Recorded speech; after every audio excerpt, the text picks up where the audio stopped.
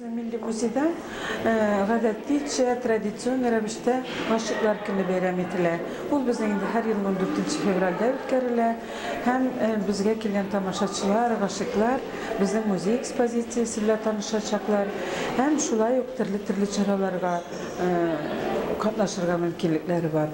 Мәсәлән, әдәби салонда Фатих Кәрим, Гадел Кутуй һәм Абдулла Алиш фронттан язган хатлар белән танышу мөмкинлеге бар.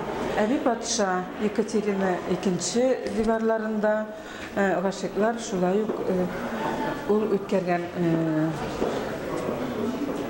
реформалар белән таныша алачаклар. Аңа хәтле булган Петр I үткәргән реформалар белән таныша алачаклар. Һәм инде үзенчәлекле бер конкурс. Безнең бит инде менә Россиянең герблары бар. Татарстан гербы, шәһәр, Казан шәһәре гербы, һәм шулай гаилә герблары да бар. Менә безнең дә ерак түгел генә Державиннар гербы күрсәтелә. При Екатерине II был принят закон о том, что молодой человек высшего сословия мог жениться, только имея образование. Сегодня я исполняю роль ангела, у меня даже есть специальные нимбы, даже крылья, все атрибуты ангельские.